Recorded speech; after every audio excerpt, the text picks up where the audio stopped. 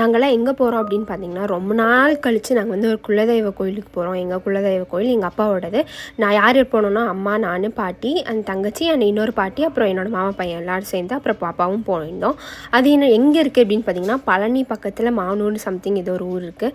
அங்கே வந்துட்டு எங்களோடது குலதெய்வம், அங்கே தான் வந்து எங்களோட குலதெய்வம் இருக்குது. அது எப்படின்னு பார்த்தீங்கன்னா, ஊருக்குள்ளே இருக்குது. ஸோ ஊருக்காரங்க நம்ம வந்தாலே, புதுசாக யாராச்சும் வந்தாலே கண்டுபிடிச்சிருவாங்க. எங்கே போகிறீங்க அப்படின்னு சொல்லிட்டு. நம்மளாம் வந்து இங்கே நம்ம சிட்டிலலாம் என்ன பண்ணுவோம், யார் வந்தால் போனால் அதெல்லாம் தெரியாது, வந்தாலும் பேச மாட்டோம். ஆனால் அங்கே வந்து வந்தால் யார் வரா, யார் போகிறான்னு எல்லாமே அவங்க கரெக்டாக தெரியும். இந்த வந்திருக்கீங்களா, இவங்களா நீங்கள் அப்படின்லாம் கரெக்டாக கேட்பாங்க. அதுதான் ஊருக்கும் சிட்டிக்கும் உள்ள டிஃப்ரென்ஸு. ஃபைனலாக நாங்கள் இதுதான் எங்களோட குலதெய்வ கோயில். கோயிலுக்கு போயிட்டு நாங்கள் நல்லா வந்து எங்களோட ப்ரேயர்ஸ் எல்லாமே முடிச்சுட்டு வந்துட்டு நாங்கள் விளக்கு அதெல்லாமே பூஜை சாமானம் எல்லாமே வாங்கிட்டு போயிட்டோம்.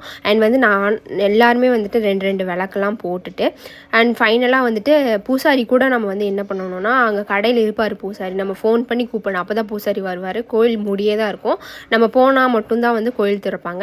வந்துட்டு இதுதான் ஃபைனலி எங்களோட குலதெய்வம் இருளாயி முத்தப்பன் சொல்லிட்டு எல்லாமே முடிச்சுட்டு நல்ல பிளெஸிங்ஸ் வாங்கிட்டு வீட்டுக்கு வந்தாச்சு.